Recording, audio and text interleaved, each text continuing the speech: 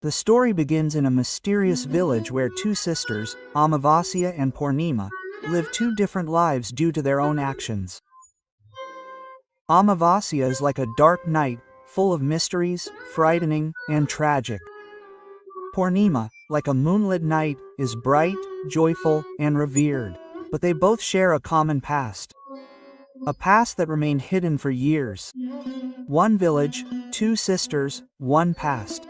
It was a long time ago. Nestled in the foothills of the Himalayas was a mysterious village, Vrindavanpur. This village wasn't very famous, but an ancient tale from there was told for generations, about two sisters, Amavasya and Purnima.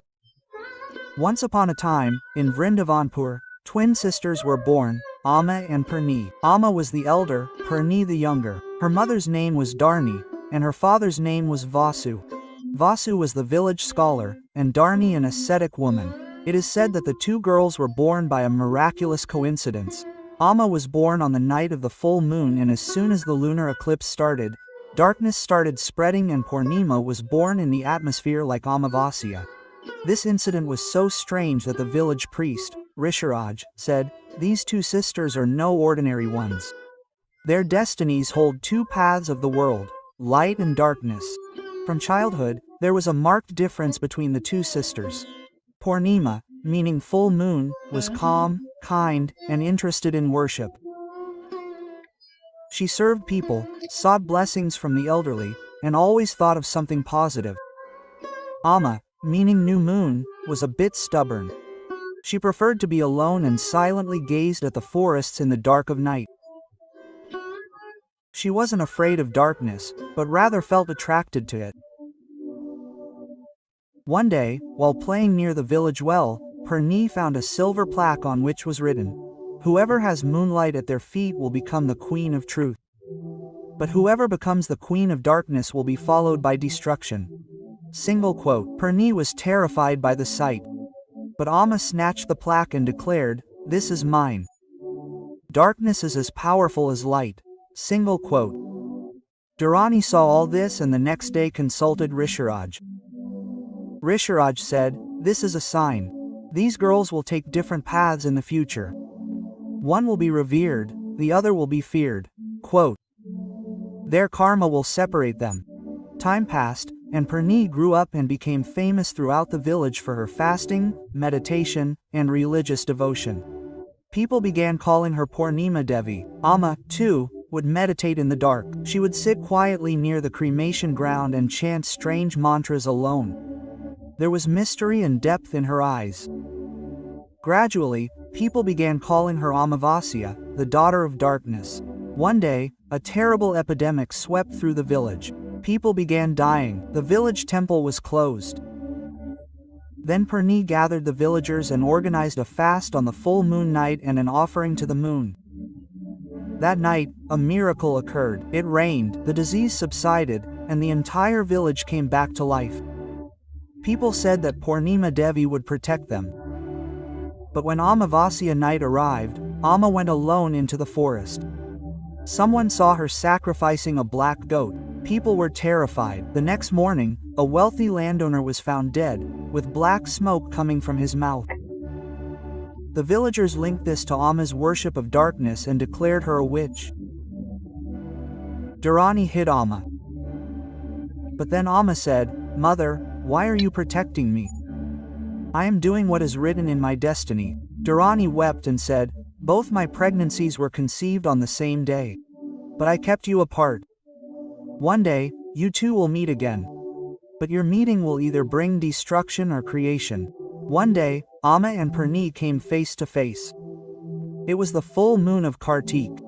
Purni was praying in the temple, and Amma was performing tantric rituals on a Shivalinga behind the temple. Suddenly, lightning struck. The temple began to shake. Purni said, "Amma, stop. What you are doing will bring destruction." Amma said, "You always chose light, Purni, but darkness is indistinguishable without light." With this exchange, a bright light flashed, and the two sisters vanished. The entire village of Vrindavanpur was history. Where there had once been forests and Shiva temples, a modern town had now sprung up. The name was Navaganga Nagar. People still remembered the mysterious tale of the new moon and full moon. But it remained only an old legend. But truth never dies. In a small hospital in the same town, two girls were born. One on a dark new moon night and the other on a full moon morning the next day. The mother's name was Shalini, a teacher, and the father was Vivek, a scientist. When Shalini saw the first daughter, she was extremely calm. Her eyes were open, looking directly at her mother. The doctors said, "This child is not normal. Her eyes are very deep, as if someone has seen a lot before birth." She was named Amrita.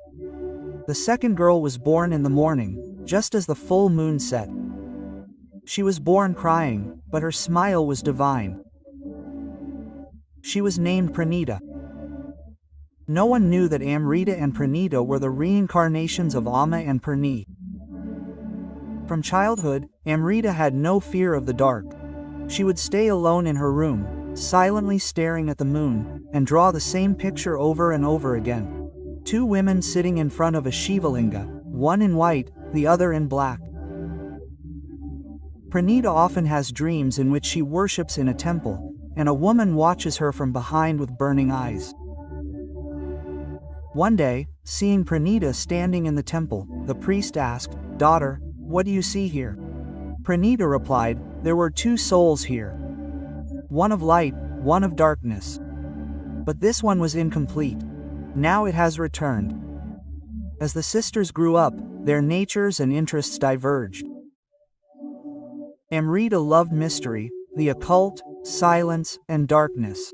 She would go into the forest, tie herself with black threads, chant mantras, and, without any reason, look at people and tell them what was on their minds. Pranita practiced worship, meditation, fasting, and service. Her smile would dispel people's sorrows. One day, Amrita had a dream. She saw herself in black clothes in front of a Shivalinga, and Pranita in white. Then, an old woman said, "You both were incomplete. Now is the time to be complete." Meanwhile, Pranita had visions.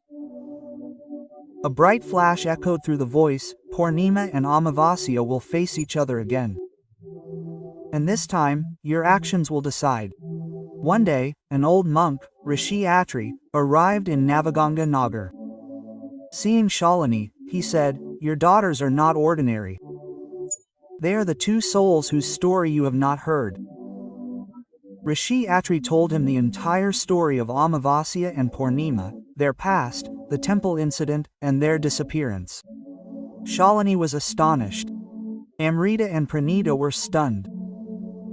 Now they knew who they were and why they had come.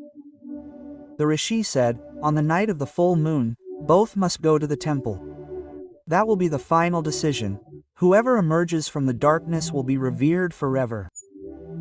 But he also warned, if Amavasya chose darkness and Purnima did not forgive, the entire world would be filled with destruction. That night came, the full moon night, Sharad Purnima. The temple was now destroyed, but her soul survived. Pranita arrived at the temple with a lamp.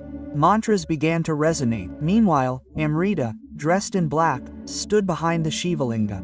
While performing the tantric ritual, lightning struck again. Once again, the same two souls faced each other. Pranita said, "Amrita, this time we can decide for ourselves." Amrita said, "But you have achieved everything. I have always been alone, worship and respect."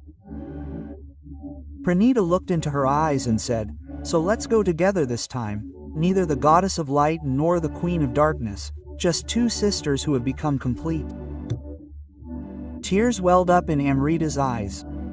Years of pain flowed out. As they held each other's hands, the entire temple lit up. Thousands of lamps lit up, as if the entire universe was worshipping. A voice came from the Shivalinga. When darkness accepts itself and light embraces it, only then is creation complete. A divine aura enveloped the two sisters.